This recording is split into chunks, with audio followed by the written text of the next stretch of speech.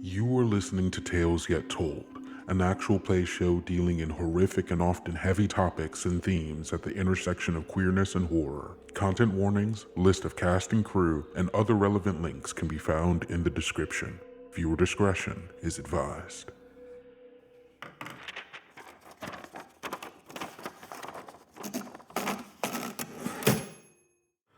October 1st, 85 AE. Dear Diary, I suppose if I can't be honest with you, then I can't be honest with anyone, can I? So, the truth is, I feel stuck. Stagnant, uninspired. Writing for those troublemakers was always so easy, so natural. I just had to place an artifact here, lock a door there, pull some strings, and they would do the rest. It's like an instinct for them to veer towards the dramatic. Everyone else in the Sublime is, well, frankly, rather boring by comparison. I feel like I'm forcing these stories to happen because people are either too afraid or too complacent to grab onto my hooks and run with them. And it's not like my ideas are bad, far from it. I'm working on a juicy little story with that dating service, cult thing, whatever they call themselves. The point is, my writing is good. Better than ever, I'd say. But the people, they're so boring with their quiet little lives and agonizing routines.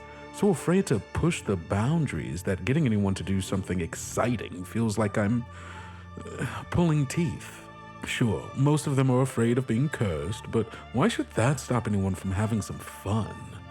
If I could just get to the root of it all, find exactly what it is that's making them hold on to the safety net of their the status quo rather than following those more tasty desires, then maybe that's it. Maybe I need to give them something that they desire more than they fear being cursed. Something that they'd give their lives for.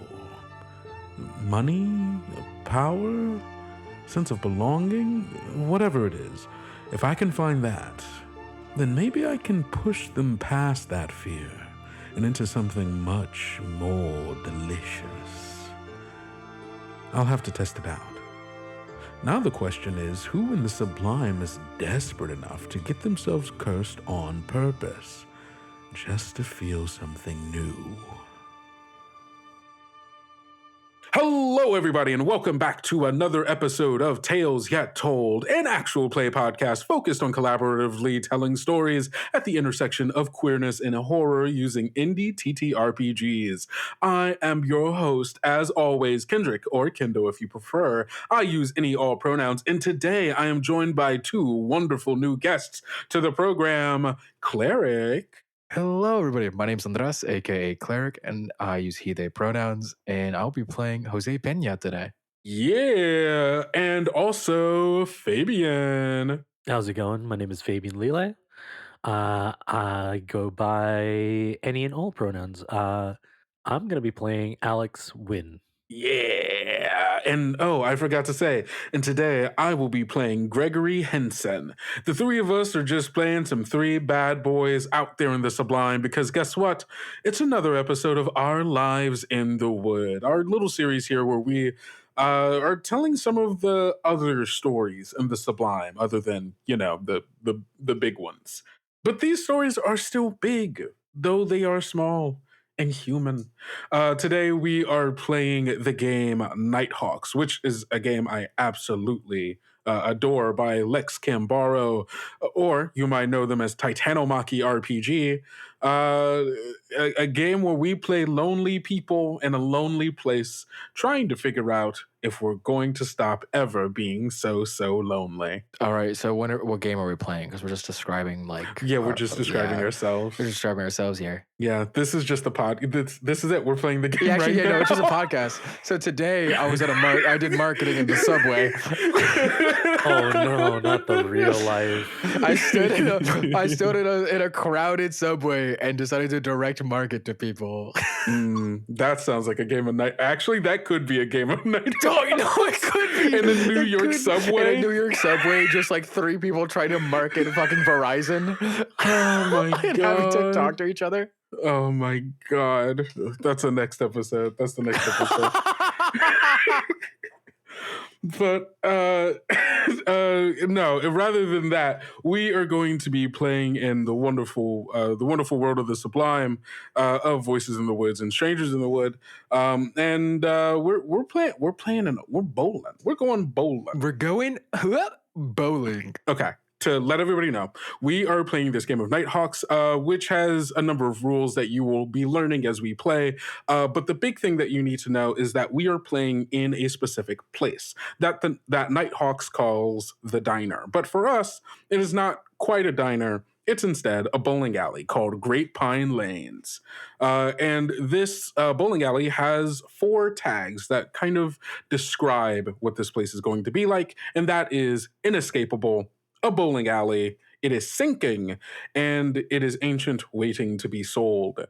Classic Classic Sublime. bowling alley. Classic bowling alley, old, sinking, nobody wants to go there anymore, and the owner is just waiting for it to fail so it could be sold. So yeah, that's the place, a perfect place for lonely people. Yeah, and I think we're just gonna, we'll introduce our characters and stuff through play. So you know what? Let's just get right into it. I remember the days, all those years ago that never fade away.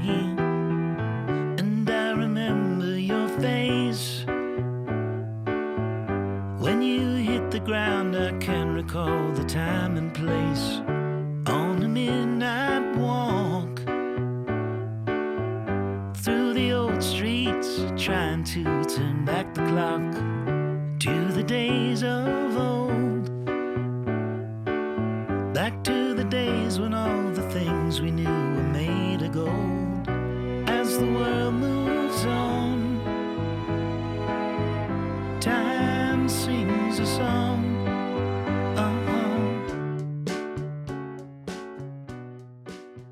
I think the first person of the 3 of us who shows up to bowl tonight is Gregory. I mean, as always, he is this kind of large, broad man. I'm thinking standing around like 6'2", 6'4", black, shaved head, not quite to the point where there's like no hair, but like you can still see like the shadow of hair that has been buzzed off. I think he is pretty accustomed to wearing like tank tops and like t-shirts underneath like a fatigue army vest, or army jacket. It's definitely his from back when he fought in the 14 season war. And I think he still wears his dog tags as well. And just like some kind of baggy cargo pants. I think the first thing that he does every time he shows up is like, he's got to have a drink. I think there's a ritual to it where he shows up to the place, he says his hellos to the 1 to 2 people who are even at this place at 5 p.m. Because I think I get here earlier than far earlier than I need to, because this place is kind of my home. And so I walk up to the bar, I kind of far too cheerfully smile and greet the bartender, and without even having to ask me, he passes my drink, because it's the same one I start off with every single night, and it's a rum and coke. And he slides it across the bar. I take it. I take a really big whiff of it. I let the burn kind of go through my nostrils, clear my sinuses, and straight down through my throat. And I chug it. And it's the start of every single night. Who do we think shows up next? I think after that, around maybe 6:30, Jose pulls into the parking lot in his little mail truck. and he's like just got off work. He still uses the mail truck. He just like takes it from there because it's such a there's the routine and everything is so similar that everyone's like, hey, you could just keep the truck and use it as your main like mode of transportation. And he kind of just sits there, like turns off the engine and kind of just like stews in it for a bit. And as he's just kind of stewing, he like looks himself in the mirror, Latino, sunken in eyes, like absolutely dead fish eyes. Hair is like slicked back, combed back, clean shaven, and is just kind of he's still wearing his little male uniform, and he's kind of just like he takes a deep breath and he looks to the passenger side seat, and what's in there is just gleams to his eye. Like he looks to it and he's just like, there's just such a desire in his eyes to whatever's sitting next to whatever's in his passenger seat. But he like shakes himself out of it, takes a deep breath, and enters into the bowling alley. Just like the others have a ritual, so does he. He walks in, immediately his eyes light up as if he had never been. The sunken feeling just completely goes away, and he goes up to everybody, the other people bowling. Hey, Margie, how are you doing today? How are the kids? Oh, wonderful as always. Great to hear it. Tobias, how's your foot? Still hurting? Oh, listen, I told you to get that thing checked out, didn't I? Marcus, and it goes up to the bartender. Bartender smiles, passes him his choice of drink, which is just straight whiskey. And he's like, thank you, my man. Tell the missus I said hey. And then goes over, and right before turning the corner, while everyone is facing away, bowling and like having a better time, he lets out like the tension in his shoulders, kind of sinks back, and there's just like the look. If you were to peer in a mirror that's standing like that would be right next to him, or the reflection on the glass, it's a feeling of somebody who's just like wasted so much energy just doing 3 simple things, 3 simple hellos. But then, square shoulders, life comes back in, and he turns the corner to see his old friend bowling. Amazing. The bus pulls in at the bus stop. You see a 6-foot man, tired, square-shouldered, but the shoulders are slumped forward. You can see the exhaustion. Normally, Alex would drive to the bowling alley, but unfortunately, someone was sick. He had to cover a double at the emergency room. He decided to just take the bus instead, just to be safe. Before going in, he lets out a sigh. From his pocket, he pulls a soft pack of cigarettes, takes one out, lights one, and in the cold autumn air, you see condensation and smoke mixed together as he lets out an exhale, so exasperated from the day. Someone got shot, not in a violent confrontation, but just a regular hunting accident. Someone had a screwdriver driven into their leg that they had to deal with, and so much injury that they had to deal with. It was quite depressing. He smokes the cigarette up to the filter that slightly burns his fingertips as he lets go instead of throwing it, puts it out, decides to cross the street, not even looking left or right whether or not there are cars going. A sudden honk of a car jolts him as he almost gets hit. Luckily, he doesn't. He walks through the doors of this dilapidated, run-down bowling alley, one place that he's known for so long, meeting the 2 friends that he has. He tones everybody out. A hi, a hello from some of the regulars as he just nods, almost on reflex. He heads to the bartender. As the question is asked whether I would like my regular, I shake my head no, and I say, static, please. an energy drink. He needs something to get by. It's not that he doesn't want to be here, well, at least not fully, but he would like to get a little bit more energy to give some attention to the little company that he has in his life. As the can cracks open, he downs it, crushes the can, and throws it pretty much on his own at the recycling bin to help out the bartender. He rents his shoes, he rents a ball, and he heads over to see his two friends there. And instead of saying hi, he just slumps into a seat, puts his bag down, and just readies himself for the regular, traditional thing that they have put together here, this meeting, this social gathering. And it's time to bowl. I'll be going first. So this game is broken up into nights, which is broken up into turns. Each of us will get one turn, and on our turn, we can take one action. And I think the action I'm going to start off with is Daydream.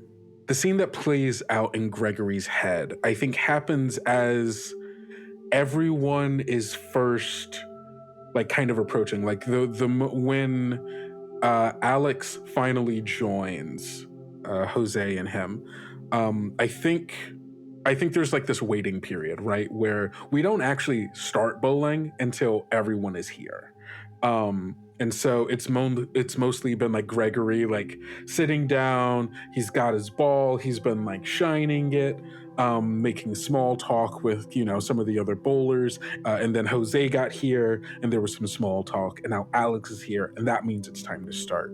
And I think the daydream that happens for Gregory is he's been thinking about asking everyone, and by everyone I mean the only two people in his life that he really interacts with, Jose and Alex, if they want to, like, put together a team, a bowling team. It's been kind of on his mind for a while. This tradition, this, the weekly bowling, that's nice and all, but he kind of wants more than that. And so the daydream in his head is he's thinking about, in the next couple of months, the Pin Crown series starts. It's a 5-week-long tournament where, anyone can put together a team of 3 to 5 people and put themselves into this tournament to try to stake their claim as the best of the best bowlers in town. And Gregory's had his eye on it for a while, but the problem is he hasn't really had anyone to do it, and for years, we've been coming here bowling so casually. But I need more. And I'm imagining what it would be like holding that trophy with Jose and Alex. The stench of sweat and hard work and victory. Our shirts stained with the marks of our labor and our effort, shouting out in joy and pride, not just in the fact that they won, but in each other. It's a feeling that Gregory hasn't had in a long time. And as he goes to start, setting up the screen for everyone, just in the back of his mind, he's like, maybe today's the day I ask them. And I'm going to get one token. As Gregory is setting up the screen, I think Jose is looking at him, like, as enthusiastic, and there's just like a brief moment of just jealousy of, like, he still gets excited for this. But Jose kind of brings it back down and looks over to Alex and reaches out and is just like, so, how was the hospital? The same question that he asks every single time. The same starting question. I snap out of whatever fugue state I was in, and I Yeah, it's fun. Emergencies here and there. Ooh, what kind? Anything interesting? Any more? I saw recently in a news article I was delivering that there was this like super crazy sawmill accident, and somebody just got like a hand chopped off, and it's just crazy. Did something like that happen? And every time you started like talk about the hospital, Jose brings up a wild story that he's read in the newspaper that makes no sense. I think, despite hating the topic, Alex invites this enthusiasm. Normally, you would get like a chuckle from Alex, but you definitely see after years of knowing him that it has been a rough day, but he still is more than happy to like answer your question. And he says like, no, nothing like that. Mr. Johnson got stabbed in the leg with a screwdriver, but it was an accident. Yeah, Mr. Johnson, yeah. I deliver his mail almost every single. Every time I pass by his house, he's always working on some project in the backyard. I know his hands has been going crazy with his arthritis recently, and he just keeps like moving around with it. And I know that his wife Margie has always been telling him, "Hey, Mr. Johnson, don't make sure you guys maybe hire somebody, ask somebody else to help out," but she never does, and just constantly just has this whole cycle. I know he always gets injuries almost every other time, and it's very much just a lot to happen. And then also, I was talking. Margie mentioned that Mr. Tomar, who's 3 blocks down, Mr. Tomar also has something similar with his wrist, and it's like arthritis or his wrist pain, and it's all this kind of interesting stuff. Have you had to deal with wrist pain recently? No. Well, that's the problem. Is he finally asked for help, and crotchety old man that he is, he kind of got in the face of the person. Oh, it was probably Benjamin. Benjamin's always just so crassy. He's always trying to help out, always do. I know he's Miss Claudia's kid. Miss Claudia. Oh my God, Miss Claudia's always trying to get him out of the house because he's All always right, just sitting there, ladies, he's you done living- gossiping over there? It's time to get bowling. Yeah. Bowling. Haha. Always so fun. Are we putting? What are we doing? Nicknames? No nicknames? Nicknames? No nicknames? Your choice. I don't care. Let's go nicknames. I'm gonna put on nicknames. Hey, we could go code names. I'm down for that. This is something Jose always does, where he comes up with random nicknames. No, like whether usually the ones that he picks out. So, all right, let's go. This week we're keeping the theme of let's do. Oh, I'm feeling a little Mister. Little Mister. So you, Georgie, my main man, will be Mr. Swole. Putting that in there. Mr. Swole. Okay. I, all of course, right. will be Mr. Suave. And Alex will always be Mr. Poopy Pants. As always, Mr. Downer. Oh, actually, we're keeping that theme, Mr. Sad. There we go. That works out. Suave, swole, sad. Okay. I think that's a good place to end that scene. So I have to, yeah. Yeah, roll 1d4. Mm-hmm. What was it? It was a 1. So 1 minus 1 is 0, which might be good depending on, hey, Fabs, do you think that scene went positively or negatively? I think it's kind of like a net even. Yeah. I would veer into side of positivity, in the sense of like Alex has been dealing with injuries, people criticizing his bedside manner or the lack thereof, and anything outside of medical talk is a blessing, even if it's just a one-sided conversation with Jose. Yeah. He's been used to that, and he just doesn't mind at all. So I think that's a positive. Okay. Well, with that being a positive scene and you still getting a 0 out of it, it means that you don't gain any tokens. But why do you think that, despite the fact that this was positive, Jose didn't really get anything out of it? That's because Jose was just mind babbling. There was nothing deeper. Like Jose genuinely had Alex asked any more details or been more detailed with their explanation, Jose didn't really care. Or Jose would have just brushed past it and still told the story of Mr. Johnson doing this, Mr. Person doing that. Because Jose wasn't asking for a deeper conversation. Jose was just like doing pleasantries. Yeah. I think let's do a round robin of the moves. Okay. I think Alex is going to withdraw. I think Alex, as both Gregory and Jose are bowling, Alex takes a moment to kind of decompress to the side.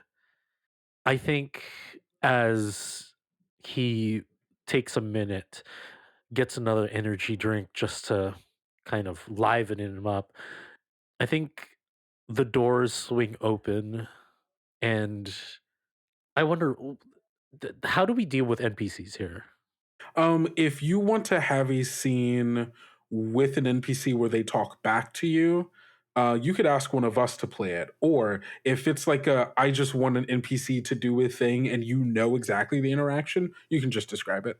The doors open to the bowling alley, and in comes Sydney. Like short hair, brunette, half Asian.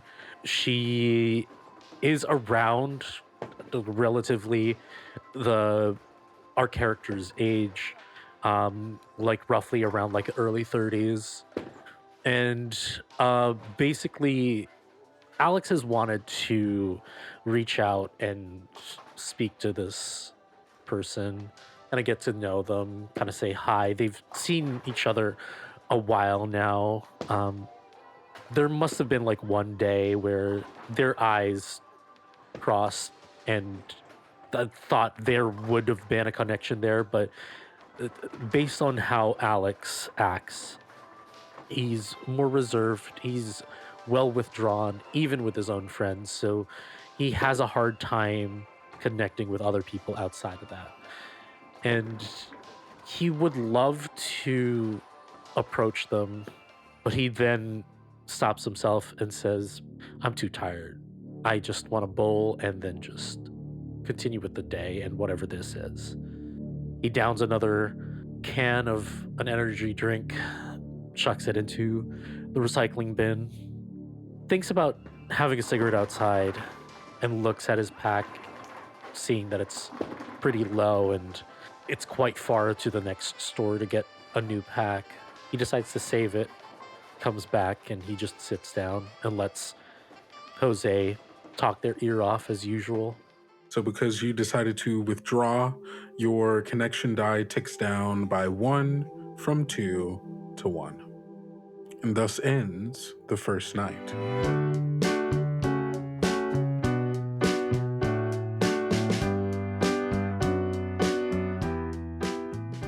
And the second night begins. It is the next week, and things go relatively the same as far as the entering, I believe.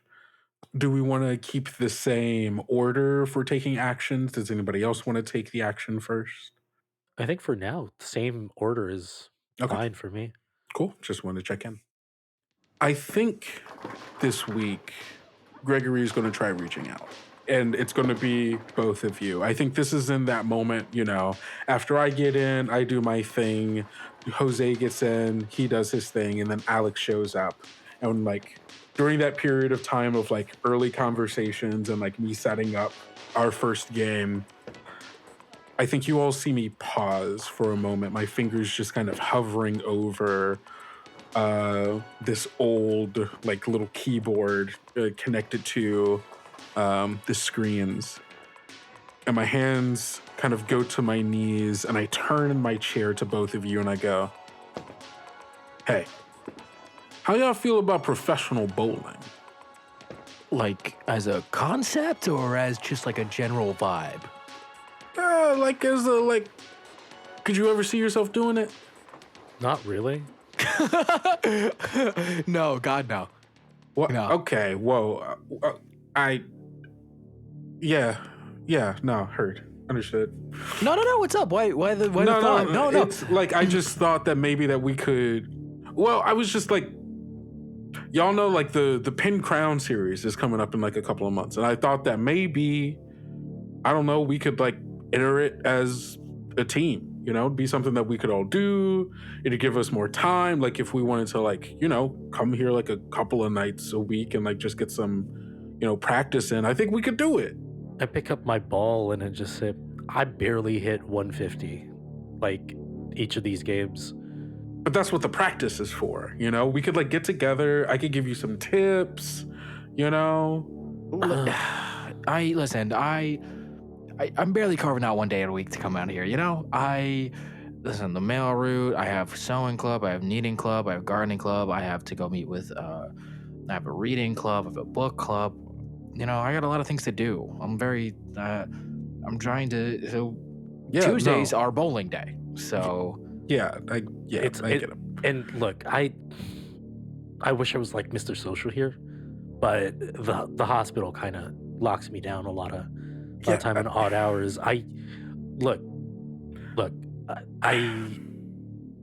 If you really want to do this, I can move stuff around, but I just need you to not expect anything because I'm not that good. I mean, we could work on it. It's not like, look, like the win would be great, but like, you know, I just thought maybe we could, I don't know, like bowl more. Look, I get it. Y'all are busy people. You got the mail room. You got, you know, your hospital stuff. I get it. You know, it's fine. It's a silly idea. What's the name? No, it's fine. Drop it. What's the name of convention this week? All right. And I think that's a good end to that scene. Yeah. I think that was negative, so. Yeah. So let me roll my 1d4. I rolled a 2. -1 is 1, so I lose the only token I had. Oh, shit. No, it's okay. I think with that, I think Jose can feel the room has shifted. Like, George is fucking upset. Like, it feels awkward and tense. So, it's Gregory, by the way. Gregory. Oh, yeah. Fucking Christ. I think sometimes he knows so many people, he gets the names mixed up. That's so fine. I like that. And so I think Jose gets up and he's kind of like, fuck, let's fucking fix this, I guess. So what would we name our hypothetical team? Huh? What are we thinking? We gotta choose something that has all three of us. Maybe JGA. What would that be? That would be Jaj. Jaj? Is this reach out that you're doing? Yeah, it would be reach out. Heard. So like Jaj. You could just call it Jag. Jag, but it would be a J and a G with an A in the middle. Jajug. I didn't know that Jose was spelled with a G. Well, no, it's G for Gregory, J for me, and U for an A. Yeah. Jag.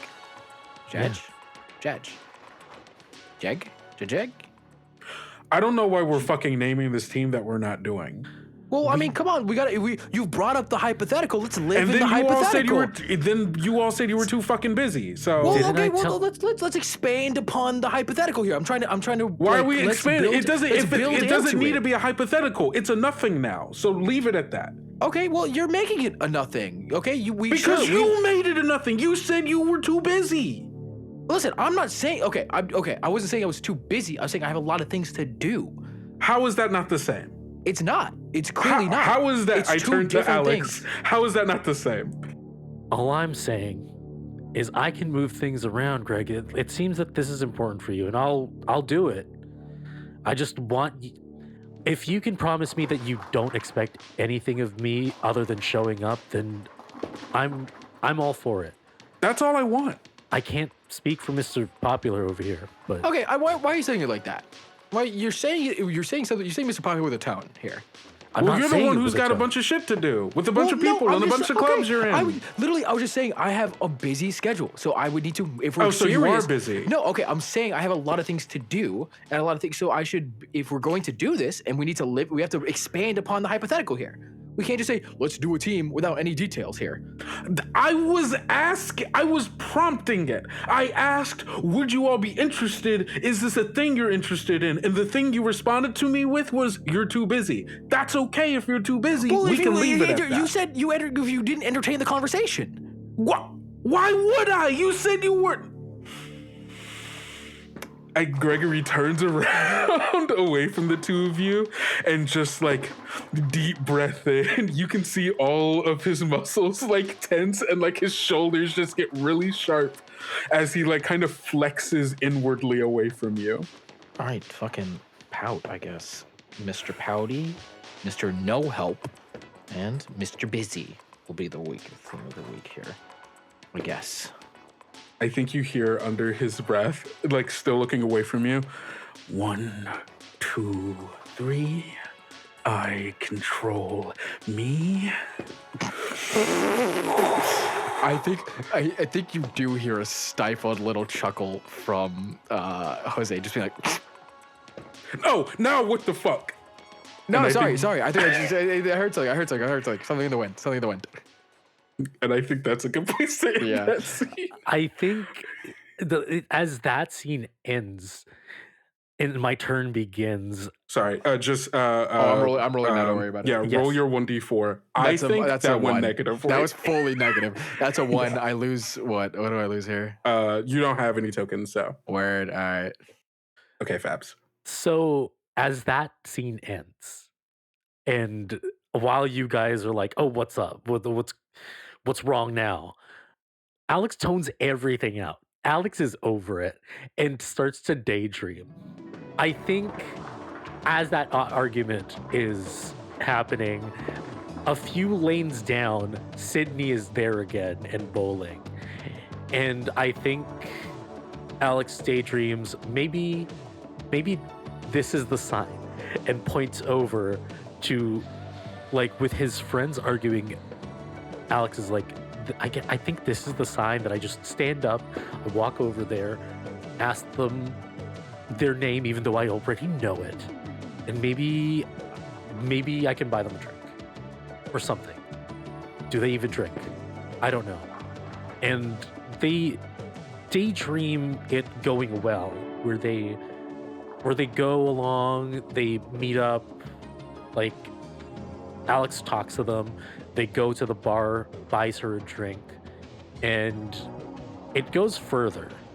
The daydream goes further, where they go out to dinner, and it goes further, that they go out for like a stroll, and it goes further to kind of thinking, oh, this is going well, and then it goes further to them on a date where it just goes bad. That Alex all of a sudden is too busy to go out because of the demands of their job.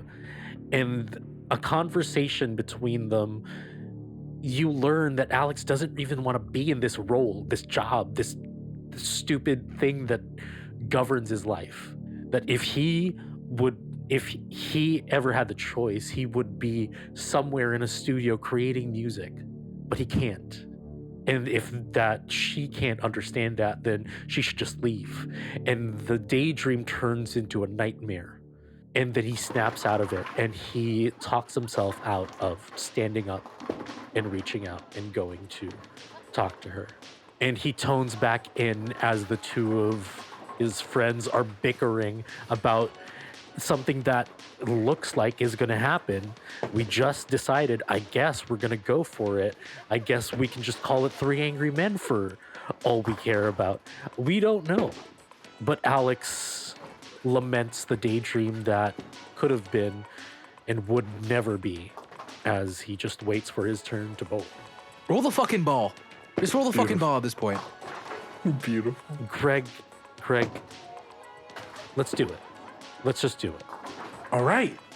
Okay, I'm saying I'll sign this up right now. Yeah. All right. Yeah. If y'all, you know yeah, what? if y'all want to do it, I want to do it. Done. See, done. Yeah. Conversation done. Cool. I'm gonna get us some beers. I think that's a great end to that scene. I get a token. Alex, you get a token. And that is the end of the second night.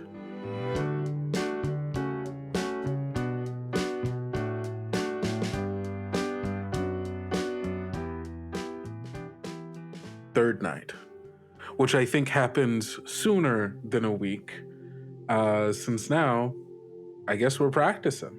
Do we want to keep it in the same order for this one? I think I will jump in first Go for it. because before even entering into the bowling alley, Jose parks the mail van, sits in the chair in the driver's seat, and then again, as has been his ritual almost every single time, has looked to the passenger's side seat. And as he's looking towards it, he starts to daydream. And what he daydreams about is his workday. He daydreams about walking down the same route he's walked for the past 10 years, saying hi to Miss Morgan, to her nagging his ear off about about her kids, about her husband, him smiling. Next house. It's Trudy. Trudy just loves apple pie and just keeps talking about apple pie. Goes by Mr. Johnson's house, always arguing. Goes by the Stevens house. The kids are playing the same game every single day. It's cops and robbers. The cops always win, and it's weird. He moves on to every single house. He knows everyone's name, and he knows every single routine, and it just flashes through his mind every single day. But the daydream is different this time, because right when he's going to Mr. Johnson's house, he has his mail in his hand. He opens the mailbox. He's about to put the mail in, but his hand stops. And for a brief second, the whole world stops. Jose pulls his hand back, puts Mr. Johnson's mail back in the bag, and walks to the next house. And as he sits there, back in his body, sitting there in the chair, he looks to the passenger side seat with a growing pile of people's mail that he's just taken. And as he gets up and he takes a deep breath, steps out of the van, his left foot kind of stays a bit wobbly, kind of like a waddle, but then goes right back to how he's supposed to walk. Then he enters in. Gain a token for that one. Yeah, baby. Yeah. I would like to go next, if that's okay. And I kind of want to change this up and kind of Ooh. like segue in. I know we're not in the bowling alley, but I think No, we can be. These don't have to happen in sequence. This is at Yeah. any point during the Yeah. night. Yeah. I think Alex has called for a switch of shifts. So he had a day off. And to start his day, he took a shower, ate a little bit, and instead of driving straight to the bowling alley, he picks Greg up as a change. And I would like to reach out.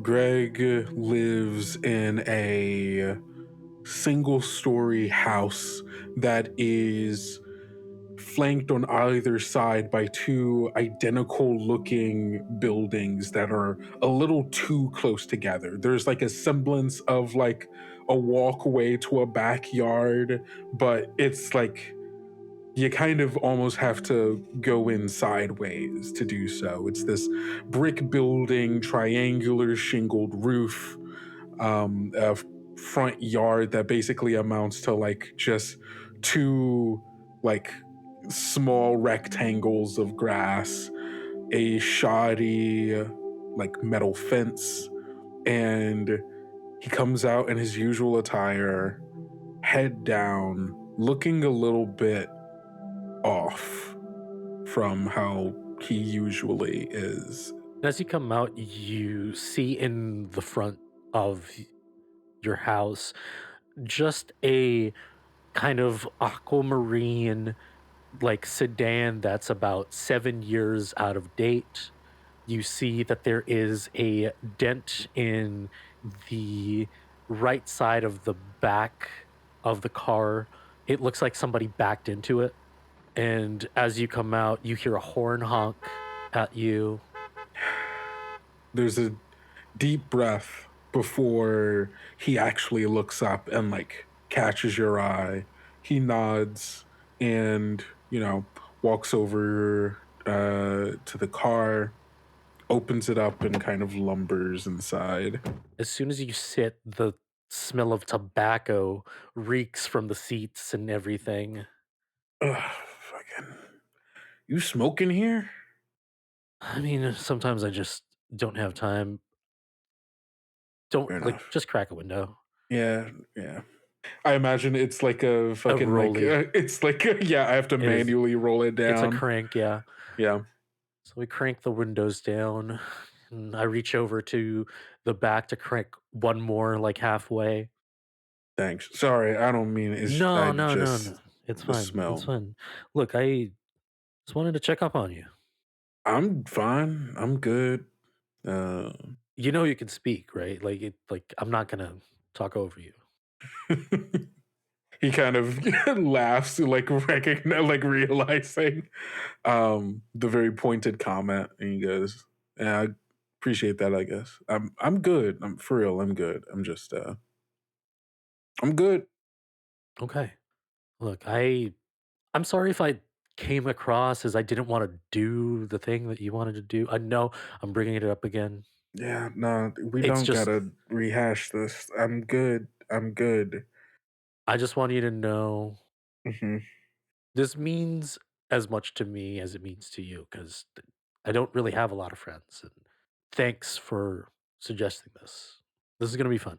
He looks down for a while, contemplating before looking back up to you, and there is a genuine kind of sheen in his eyes of acknowledgement of the care that is being offered here.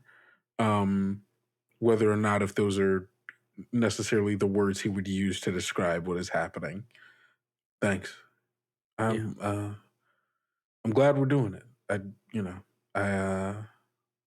and like I said, I don't like I would love for us to win. I would, but I thought maybe meeting more than once a week and doing it for like a like a reason, might be Yeah. good for us. Yeah. I get it. I get it. It's just, it's hard for me sometimes. I I mean, you're a doctor. I get it. I'm not a doctor. I'm a nurse.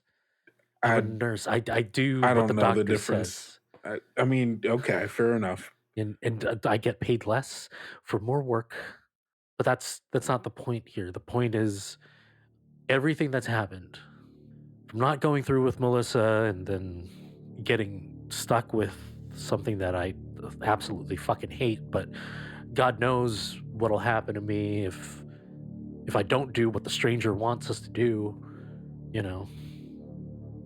There's kind of this look that goes across Gregory's face at the mention of that, and goes, "You haven't look, Alex. I know being a nurse might be hard and all, but the stranger gives us these roles for a reason. I mean, you're good. You are good at what you do." I'm good at what I do because I don't want to turn into a fucking fish or a deer or a dog. I've seen it happen. I've seen it happen. You don't have to tell me. I get it. I'm fucking scared. Why should you be scared? You're good at what you do. Just do it. I appreciate it. The only reason why I'm good is because I'm scared. And if anything was different, then if I could do what I want, then maybe me and Melissa would still be together. Maybe we wouldn't even be bowling at this broken down That's- place, and maybe a better place because we can afford something more. It's not Alex, for your own sake, this is dangerous talk. All right? I get it. I understand. You are stressed. It is hard doing what you do, and I'm sure maybe you want to be doing something else, but that's not the world we live in. All right. Yeah, and the world we live in right now is for me to even be fucking scared to approach this girl at the fucking bowling alley because There's a girl. it, Wait, what? Who?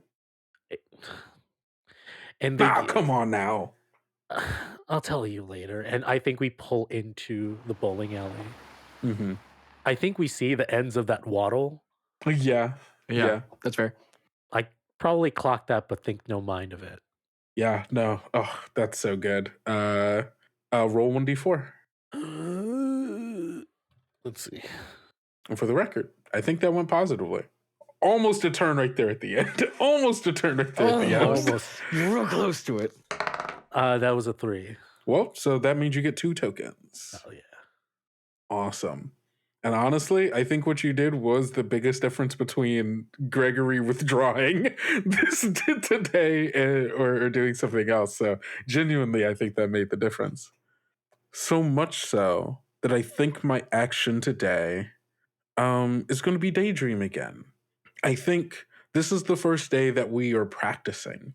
And Gregory was going to go into this being very like, my friends are forcing themselves to do this, and was going to end up being very withdrawn, very reclusive. But I think that conversation helped bring him back into like swinging back into hope. And so I think just like as we're bowling, right? I think today, this being the first day, is still a very casual day of bowling. I don't think that Gregory like immediately gets in like, all right, bowling boot camp, right? I think it's very much like, okay, we're bowling today, just like any other day, but I want us to pay attention to how we are bowling, right? Like maybe you're only getting 1 pin every roll. It's time to start looking into why. Maybe it's your stance. What are you doing? Think of how your hand is trailing and following where it's sending the ball. Just play like it's any other game. And then we'll figure out where the gaps are, and then we'll figure out how to fill them. And that's very much his philosophy for today. And so I think the daydreaming is just watching him and his friends bowl and seeing that this is no longer, at least in this moment, it doesn't feel like, oh, it's just this thing that we're doing, right? It's not just another day of like getting into arguments with Jose and just watching Alex be like, dissociating. There's still probably that, but now in my mind, it's for a point, a reason. We're doing this because we're hoping to get better, because the Pen Crown series is going to be where they make their debut as a team. And he is watching the team slowly be put together now. And I think this is the first time he has felt like a thing that he was doing had a purpose in a long time. And I'm going to take 1 token. And that's the end of the 3rd night.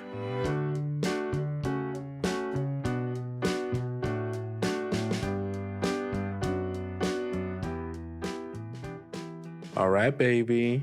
Next night, or I guess would probably be like next week of bowling, I want to have a scene with Jose. Mm-hmm.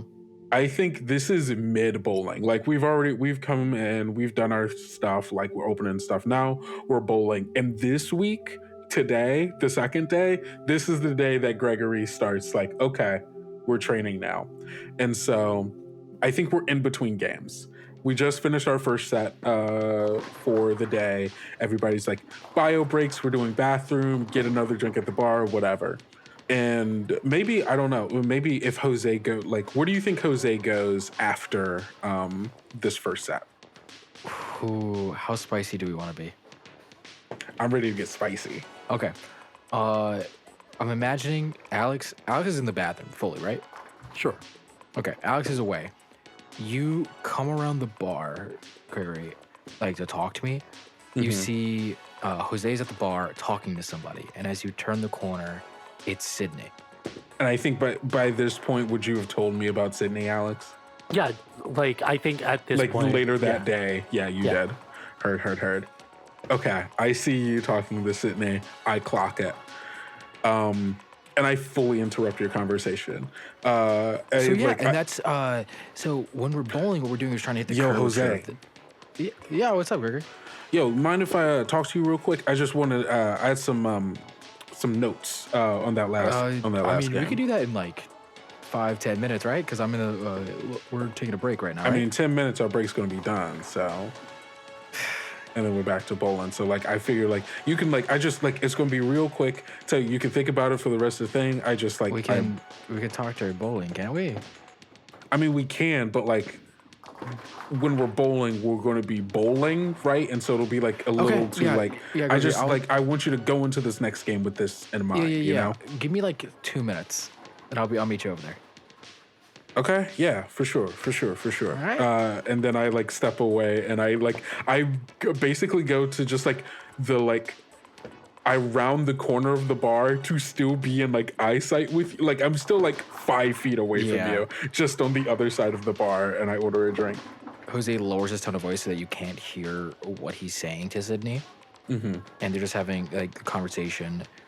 You see Sydney laugh, you see them both laugh, and then Jose said to Gregory, 2 minutes, he like says goodbyes and starts walking. And I think, he walks back with a little bit of a limp in his left leg.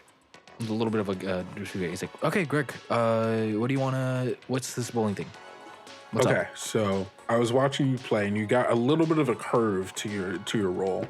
And I think it's one of two things, right? Okay.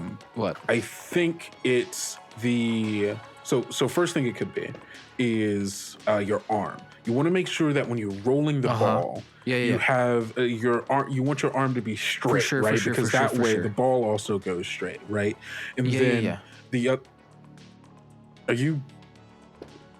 No, I'm listening. Actually listening? No, I'm listening. Arm straight. Okay, cool. And then the other thing I think is like is the walk up. The walk up is incredibly important because that's where you're starting to build energy, you're starting to build momentum, and it can like it. I think my walk up is fine. I think. I think we can focus more on the arms thing. I think my walk up is just fine here. I think both are important. I get it that both are important, but one of them is fine. I don't think so. I don't think so. Like I'm like, and maybe it's because like I'm like a third person, so like I'm watching you as you walk up, but like there's for sure. like your left side just kind of like there's like it's not as like it's not like an even gait, and so it's kind of throwing off the rhythm of your walk. Cool. Actually, you know what? That's so great. I'm glad you brought that up. Let's put a pin in this real quick. Okay. Because I got to finish something up, and we'll work all about our gait and everything. All right. Okay. Yeah. No. Cool. All right. Yeah. I'm gonna take the rest of the break to like just get in a good headspace. Yeah. No. Just think on those things and like really pay attention to them. This for sure. Yeah. Okay. For sure. Yeah, for sure. Do you walk away? Yeah, I walk away. In the corner of your eye, you see two things. One is Jose slapping like his left leg so that it would walk properly, and that Jose walks right back up to Sydney and continues the conversation. Heard. And you see, I think the last thing you see is a piece of paper being exchanged between the two of them. Yikes. All right. I'm gonna roll 1d4. Hey, do you think that went positively or negatively? Oh, for sure, negatively, King. Oh, come on, bud. I rolled a 4. Nah, I don't give a fuck about that. Come on, bud. I rolled a 4. Jose is no not tokens. No tokens. All of my tokens are gone. Negative tokens. Come on, bud. Why didn't you just listen to me? I swear. It's both your arm and the gate. What was that? Nothing. I told you just the arm. Okay, yeah, for sure. Who's next? Wait, just to make sure. The Sublime makes you paranoid, right? Yeah, no, 100%. Okay, yeah. sure. That's why. He's very, I'm sure, out of recording and everything, he's very paranoid right now. I'm picking it up. I'm picking you up. Gotcha. All right, who wants to go next? You want to continue that scene, Clerk? You know what? Yeah, so what we'll do is Jose will finish up the conversation with Sydney. Something will be, Gregory will see something exchanged. Mm-hmm. But then Jose kind of comes back. He sits down back at the little booth for us. We're getting ready for bowling. Starts like lacing up his shoes, and is kind of just withdrawn. I think the conversation with Gregory has made him kind of withdrawn, and so he's just like lacing up his shoes.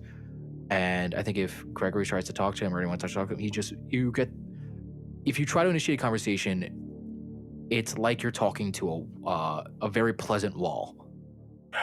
God. I'm trying to figure out the best, like, what I would say to you. Or I guess it doesn't have We to don't be have me. to. We don't have to if you Yeah. don't want to. We could just be like, that's the vibe right now. And then, we can leave that up to Fabs, what Fabs wants to do here. Yeah. I'm good. Nah. I think I'm good. I think I'm good. Oh my God. Do you lose a token, right? Yeah, I'll put it down. Yeah, he's just very much Lose a like token. lacing up his shoes and just like, let's bowl. We're excited to bowl. Bowling. Yeah. So bowl. Emotional withdrawal, the worst kind. There's only 3 moves, right? Keep going is also one of the moves, and you have a lot of tokens. What is keep going? So keep going is the move that we use when you are trying to make your connection die go up, right? This is when you are trying to take all of the connections and all the things that you've built and try to move towards a significant like move towards happiness. And so you would spend as many tokens as you would like, roll that many d4s, and then take the highest number that you roll as the result, and then the table tells us what happens from there. Okay. I have 3 tokens, so I can just like... You could spend all 3, and that'd be rolling 3 d4s. Yeah, I think after going through the bathroom, I think coming back, Alex is feeling a little better about themselves. I think the talk with Gregory has helped them see their role and see their importance. They still hate it. They still abhor the fact that like they're surrounded by sick people and injured people all day, that all that they hear in their ear is groans of pain and help. And not that he doesn't have compassion, but sometimes it gets to a point where it's just a little bit too much, and he decides to look out for himself this time. And I think this is the day that he approaches Sydney. I'm so sorry. But this is already after the conversation between Sydney and Jose. And I think, so for keep going, I get to roll 3, and then what does it mean, like partial success? So you would roll 3 d4s, which you would take the highest number on those d4s, and that is your result. And then, so if you roll the 3 as the highest, then you get the 3 partial success, which means you get what you want with the complication, and then your connection die goes up by 1 from 1 to 2. Oh, okay. Okay, so I'm gonna spend all my tokens. Okay. Ooh. Roll 3 d4s. We'll see how this goes. Dog, what if it gets all ones? I'd scream. Statistically, I know it's not. She's just like, actually, I met this really cool guy earlier. Dog, brutal. I got a 4. Oh, let's go. You're good, kid. You're good. I got a 4. So that's an absolute success. You feel heartened by your bonds, and your connection die takes up by 2 from 1 to 3. What does this look like? I think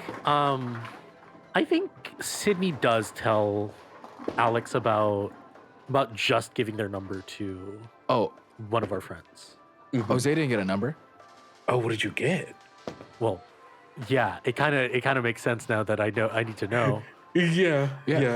Upon talking to Sydney, you find out that Jose goes visit her mom because like he's the mailman. So they exchange just a little greeting from each other. He was like, "Oh, your mom stopped by, blah blah blah.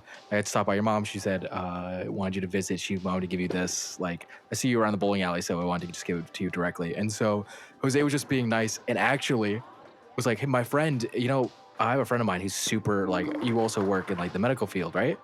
And was basically wingmanning Alex, and they exchanged numbers for Alex. He was like, "You should call my friend. Like, I think you guys would hit it off great," and then walked away. I love that. So, yeah, like this kind of revelation of Sydney mentions that they have spoken about Alex before, and Alex kind of plays it off coyly is like, that's pretty cool. And I think Alex opens up more about the pin crown and how he's terrible at bowling. And that maybe she can give him some pointers. And I think that the rest of the night is spent between the two lanes, one lane with his friends and one around Sydney, and he probably gets her number at the end. Woo, stud. That's so sweet. Stud. Oh, good things can happen in this game. Yeah, you just gotta want it. You just gotta want it. Amazing. Okay, well, that is the end of night 4.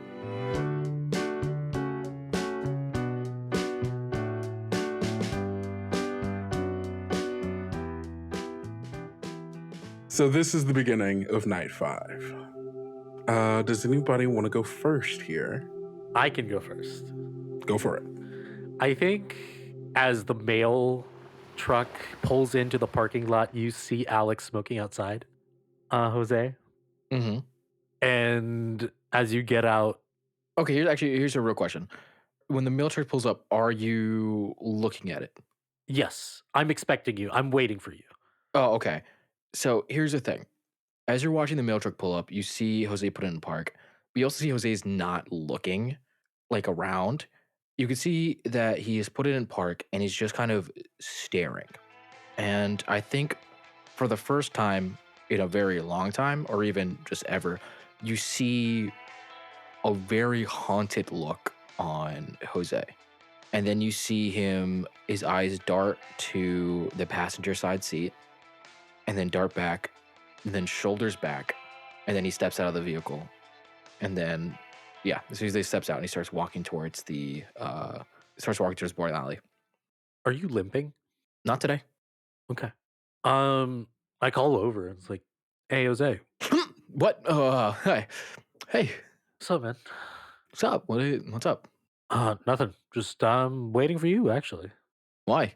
Well, Sydney told me what you did. And Oh, yeah. Listen, if there's one thing Mail has taught me, it's to be observant. And so I saw you always like looking over at her, like at the vibe. So, yeah. I wanted to be nice, be a bro, be a pal, be a helmie, be a all that kind of stuff, wingman. You did great, and I appreciate it. I just wanted to thank Oh, you. you guys wanted a date? Not yet. Ooh, okay. But What are you thinking? Where are you thinking of going? There's this. I can't even pronounce the name of the restaurant. La Flore? Yeah. That one. Oh, actually, I deliver the owner. The owner is actually on my delivery route. I haven't talked to him for a bit. I can hook you guys up. I can call him and get you guys maybe a reservation at like some No, fancy, no, no. maybe a bottle of wine, do the whole night, do the whole dine and Jose, wine Jose, and no, dine. No. I appreciate it, but no, it's fine. I just wanted to thank you, and It's all good. I just want to return the favor. I'm I good. think if there's We're good. Listen, I'm being homies. We're being friends. Listen, I know how it is with you and the ladies. yeah, it's bad. Yeah, thinking about that again with the ex and all. Look, about Melissa, Hey, listen, it's water under the bridge. Water. And you see when he says that, like something like kind of throws him off. It's like water. Water under the bridge, completely. So listen, it's all hunky dory, goody. okay. Like, listen, she chose you. She picked you. It's all good. But then she didn't pick you, so it kind of works out. Yeah. Look, maybe I could just like get you a beer tonight. Like your rounds on me. How's that I'll sound? take it. You know what? I'm gonna get some whiskey. If that's actually, I would love some whiskey. What was that? I'd love some whiskey. Okay. Yeah, but what was that? What? Sorry. I've been talking to people all fucking day, like about the route, so my voice is just fucking hoarse. It's kind of funny in the Sublime, right? Sure. Yeah. Look, that's weird. Have you ever thought about the expressions we have? I can eat a horse. Here, it's kind of odd. You could be eating a person. Have you thought about that? From time to time, Have you ever really thought about it? all the time. dude, What did you? What would you? what would I do? No, like what? Like if you were to be like, wow, you know, what do you think would Look, happen? What do you think would you do? Do you think you keep your consciousness? Well, in my experiences, after treating certain cases, it seems like you do a little bit. For how Huh. long, I don't know. You do. Huh. Is there something you want to talk about, dude? Your date with Sydney. So I can call the guy from the floor. You can have a whole fucking table decked out to the nines. And I think throughout walking toward the lane, I think there is a worry that sets in, but it's clear that Jose doesn't want to talk about it. So Alex kind of lets it go, lets Jose do his thing, and just keeps talking, saying, it's fine. You don't need to set us up, but I appreciate it. Like, Hey, I want to make sure you're good and set up for the no, yeah, for like the future. how, like maybe you can recommend something to order. Like, what's okay. their, Recommendations. I actually have a whole fucking list of what I want to Yeah. do. So I had the pasta there from last time, which is the pasta, the spaghetti meatballs. Don't actually get those because it's just very basic. And then he just keeps going through that whole conversation. Yeah, and like the conversation keeps going, and until you guys do your turns. Yeah. Yeah, love it. All right, so that was reach out, I assume. Yes. Roll 1d4. And Cleric, do you think that was a positive interaction? It was a Neutral is an answer. neutral. It was a neutral response. It doesn't matter. I got a 1. All right, we're set. Okay, We're- cool. So it's So, yeah. neutral no matter what. Yeah. But yeah, it's a very neutral thing where it didn't go badly, but it also was like, you've made no impact here. Heard. Okay, awesome. Do you want me to go first, Cleric, or You do can you go got first. something? No, you go first. I think when you all show up, like right after, this conversation, you all come in, you see that Gregory is at the bar already. He shows up here first all the time, right? But you see that he is not drinking his usual drink. He's not doing the rum and coke. You see he is at the bar on his 3rd tequila shot. Ooh. Do we know what this means? I don't think you've ever seen him like this before. Okay. I think in general, for the rest of the night, he seems pretty withdrawn. Kind of just going through the motions. I think, Jose, you would recognize that he isn't really giving notes like he normally does. You all go up there, you bowl, and he just kind of nods and goes, good one. Nice. And even for his, and on his ones, he's usually very animated, right? He gets up there, he rolls, he's like, yeah, whoa! Like very big, like animated, person. Really a person who tries to have a lot of energy to then like infuse that in the people around him. But today he's just kind of going through the motions. So my connection die goes down by 1. Yeah. And I think Jose will, after one of their sets, we'll see Gregory at the bar and kind of just like plop over next to him and just be like, you want to talk about it? Ain't nothing to talk about. And he waves the barkeeper over, being like, I need another shot. That's shot number 6.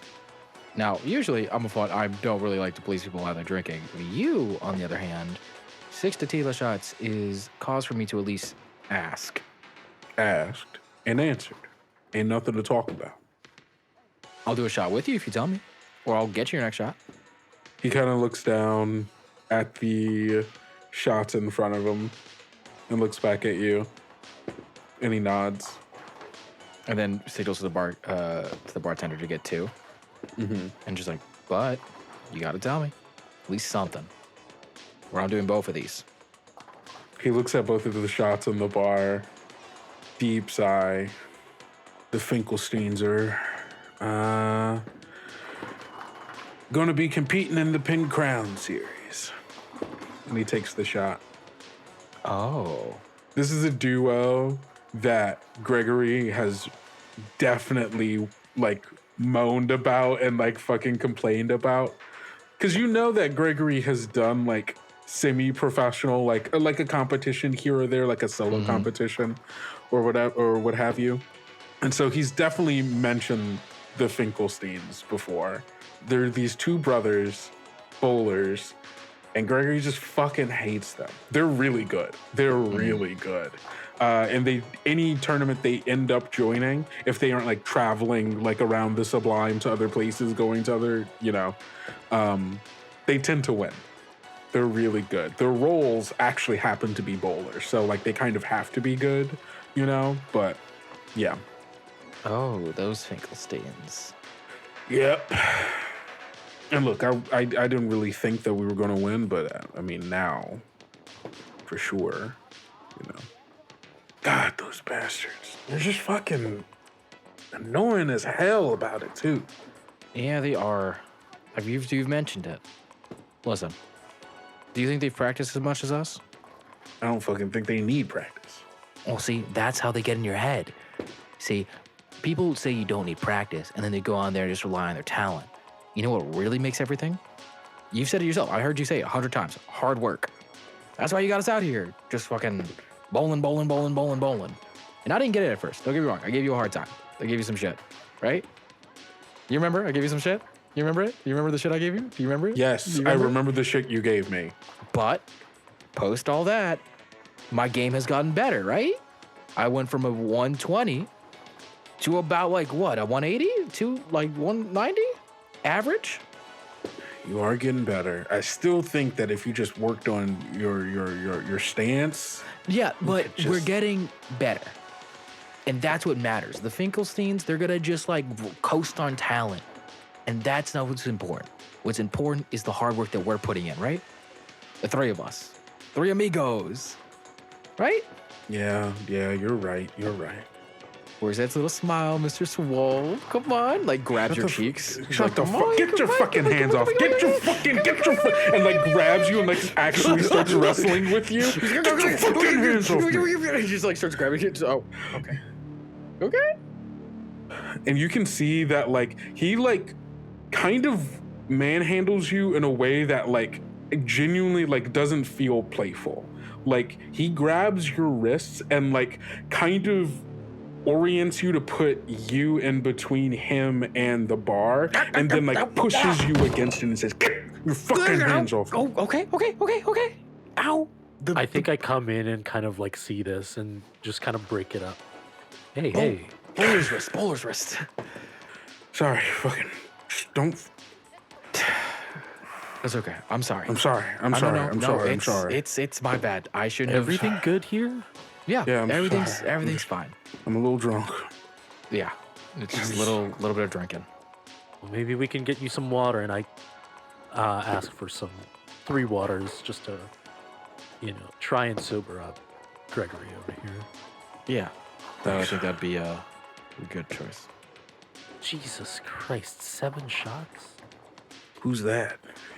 Okay. Okay, so all right. Yeah, we're just gonna get the water. No.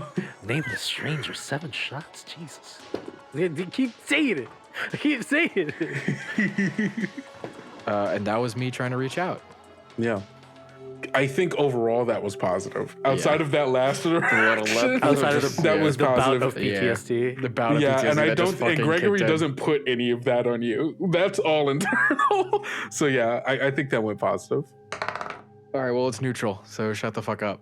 Because I rolled a 1. Did you roll a 1? I rolled a 1. Crazy. This game does not want to give us tokens. Dog, I don't know. I don't even want to keep going. Why would I ever want to keep going? Why would I want to keep going? Yeah, why do I want to keep going? That is the end of night 5.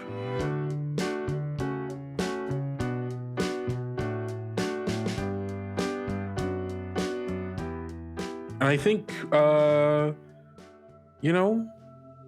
about we skip forward a few nights and we get to the day of the Pin Crown series. Who wants to go first? I think I'll go first. Go for it. Mhm. The weeks have been different for Alex. Alex has been a little bit more vibrant, a little bit more lively. I think the conversations between Gregory and Jose has given him a little bit more of confidence in pursuing, if not a relationship, just some form of connection with people. He started to say hi to some of the regulars. I think he started to be more friendly to the bartender and talk about more things other than what he wants to drink for that day.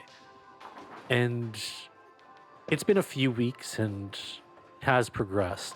I think Sydney and Alex have started dating. Alex gives his, I guess now, girlfriend a kiss, and with that, he daydreams. He looks at everything, and he daydreams about something more realistic. He goes back to what he knows, being more aware of what the reality is that they lose, it's not that bad, and that he just daydreams about having a beer with his friends, his new girlfriend, her friends, and just enjoying the rest of the night. Until an ugly turn in the back of his head rears itself. That when he turns around, he looks at Jose, and Jose is not Jose anymore, and Jose is this weird creature that he doesn't even know what it is. And he starts to worry again. The past few weeks, he has been enjoying his time at the bowling alley, but he has been looking out for a friend of his, doing the research. But he's always afraid to bring it up because he knows how Jose is. And he just wishes one day, or whatever that day is, to never happen, to never come. That the stranger takes someone near and dear to him, like he sees, not necessarily on a regular basis, but from time to time in his vacation. Right before the tournament, Jose pulls up, not to the parking lot of the bowling alley, but right across the street where it's easy for him to walk, just right across. And he parks the van, squares his shoulders, and takes a deep breath like he does every single day. But instead of looking to his left like he usually does, he stares at the bowling alley, and just a wave of kind of happiness has hit him. Something has broken his monotony. Something that he used to just clown on, or at first, bowling league, so fucking stupid, is now the weeks spent with Gregory actually practicing, watching Alex and Sydney get closer, the three of them just spending their days laughing and joking and bowling, have broken up the routine in a way that even Jose could never realize. And it's broken up the routine that when he was going through his route, he would wouldn't take any mail anymore. He would put them back. He went back to doing what he was supposed to do. He takes a deep breath and looks to the passenger seat again. And I'm going to roll keep going right now. So I have one token. So we're going to see how this goes, gamers. Jose looks to the passenger side seat again. And there's no longer a giant pile of mail, but there is one piece of mail addressed to the Finkelsteins. Their entry form was never delivered. Jose takes a deep breath and looks to his right. And out in the fog can see a figure looking at him. Who is this person to him? Strangely enough, he sees Melissa kind of standing there. And she sees Melissa just smiling back when they were in high school, she was his routine breaker. She was what kept him smiling and happy, and the thought of her was what really kept the monotony at bay. And then seeing her with Alex just broke something in him that made all his days just gray.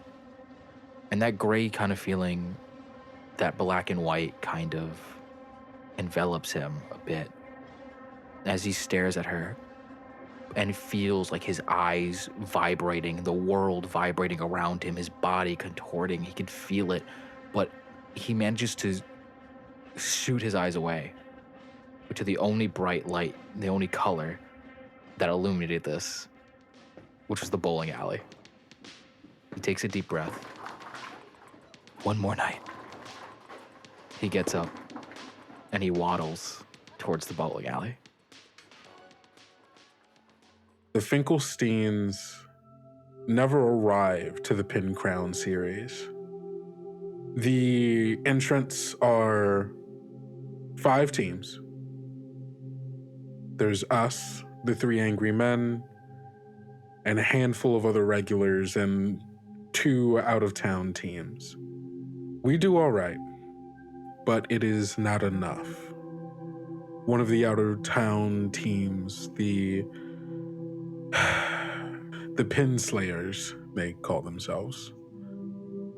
And we lose by a single strike.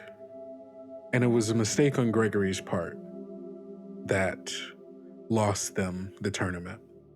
You know, this entire time for, you know, all of their practices, he would, you know, watch, analyze, give notes for José and Alex, but José and Alex didn't necessarily have the experience or maybe even the drive to do the same for him. And so where his friends improved, Gregory stagnated, lost in the thoughts of how do I make my friends better at this thing I want to be good at, or this thing that I think I'm good at.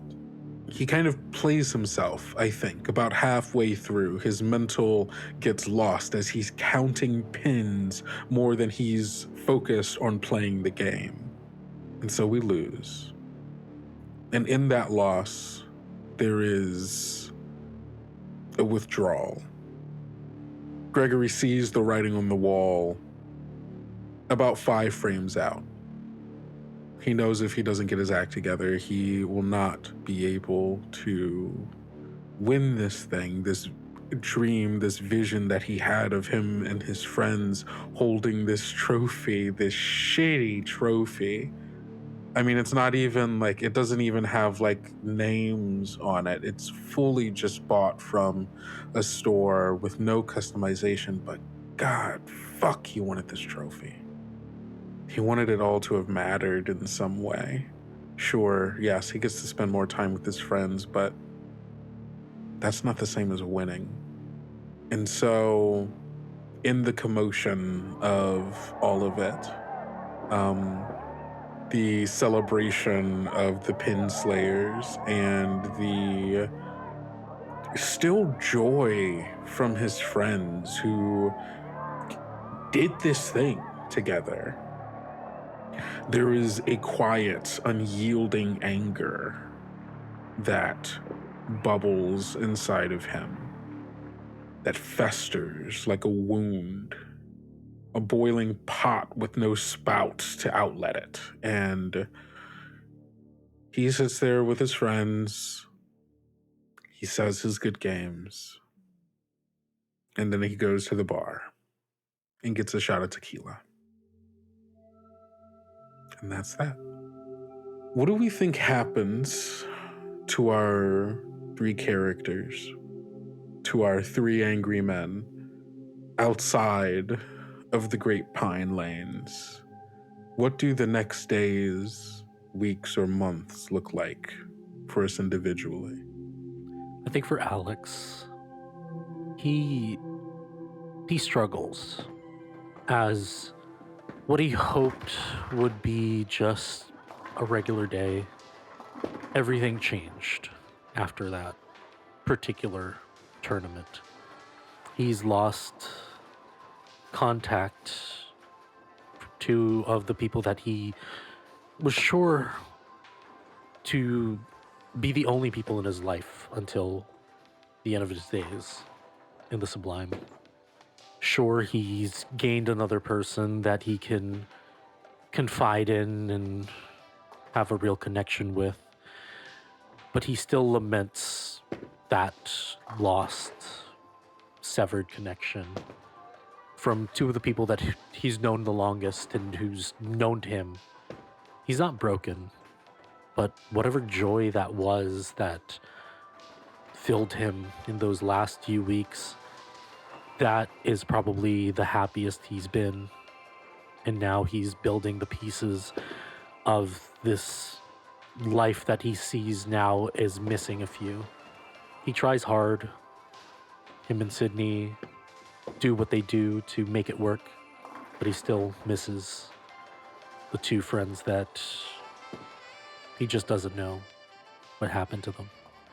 I think we see Gregory in his house, shades drawn, lights primarily off, sitting in his kitchen.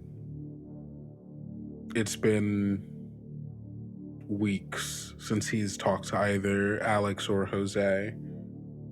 I think we probably catch him just as the phone stops ringing. Another missed call from Alex. He's sitting at the small square dining room table with enough room for really just the one person. Highlighted on one side of his face by whatever small beams of light make it through the closed curtains. He didn't think losing would hurt this much. I mean, he told his friends over and over and over again that it's not about the win, and he didn't really think that they were going to win. Especially after hearing that the Finkelsteins were going to show up. But in that moment that he realized that the Finkelsteins weren't there, he gave himself hope. Too much hope. And watching that hope build a tower that was pulled away block by block as he was counting pins and watching as the win was slowly but surely pulled away from the team's grasp, specifically because he kept making mistake after mistake after mistake after mistake, it broke him. Yeah, this was supposed to be for fun, but it was also a competition. And this was the first competition that he had had since high school. The first real competition, the first team competition. His life was halted and altered midway because of a war he was told to fight. And a fight he did, and he was good at it. His team was good at it. And it was a war that no one is really sure who won, if anyone wins war. But it was a muddled outcome with no clear victory. And so with the first team that he was finally able to put together after years, and really trying to do something together again with people that he cared for, trying to win something again, and losing it because of him, it's hard to say when the next time he leaves his house will be. And I think we leave that scene and we go back to the bowling alley, now missing 3 regulars. There is all these people that stay there, and the regular bartender just waiting for someone to come and sell, someone to buy this miserable piece of land. And they sit there, clean the glass. The bartender looks down at 2 letters. One that says Gregory and one that says Alex, written in a shaky handwriting. waiting for when these two will come back to read notes. So the bartender waits till the two angry men come by. And the last thing we see is we zoom out of the little bartender in the little bowling alley is a river filled with water and a penguin going over into the water. I remember the days, all those years ago that never fade away. And I remember your face when you hit the ground. I can recall the time and place on a midnight walk through the old streets, trying to turn back the clock to the days of old, back to the days when all the things we knew were made of gold. As the world moves on, time sings a song. In the old neighborhood, as the clock strikes one, the memory lives just as it stood, like a quiet dream. The shadows of that time are cast beneath the streetlight beam. As the world moves on,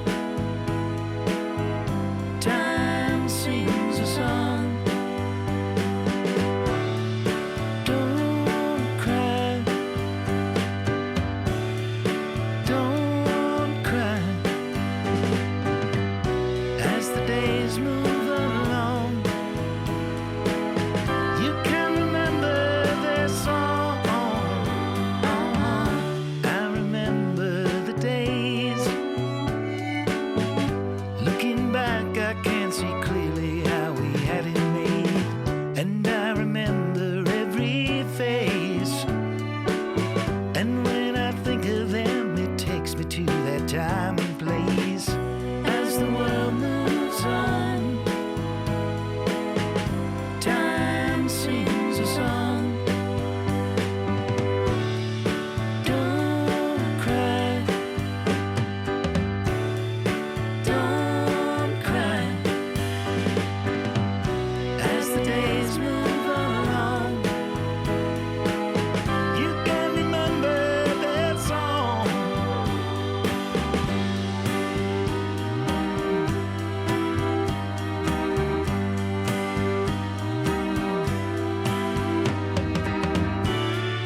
Don't cry, don't cry. As the days move along, you can remember this song.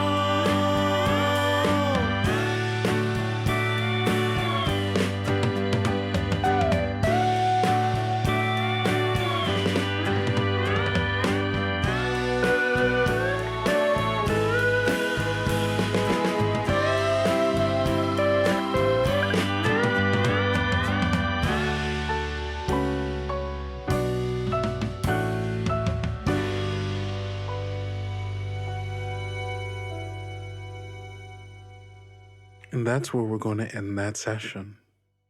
Damn. Ugh. Right in the gut, boys. Sickening, truly sickening. Right in the Truly gut. sickening. I like how Fab's really trying to pull us into a good vibe. I left us.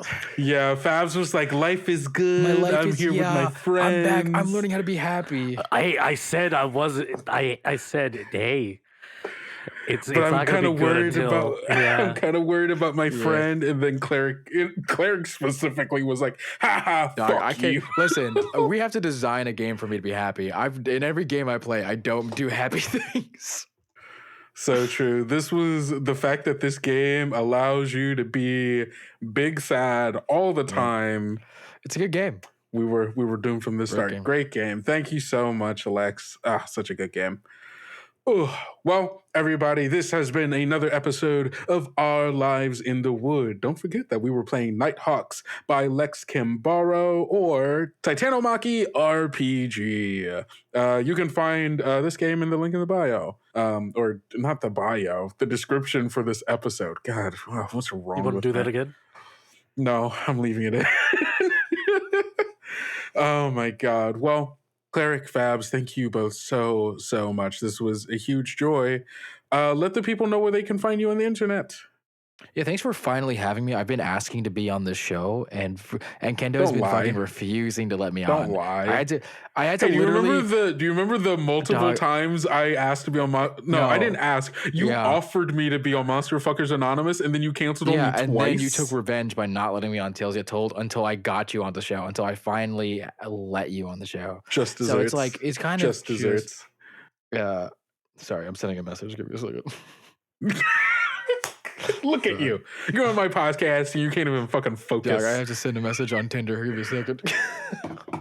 Oh my Jesus God. Anyways. Oh my God. Talk about Nighthawks. Anyways, hey everybody, I'm Cleric34 or Andres.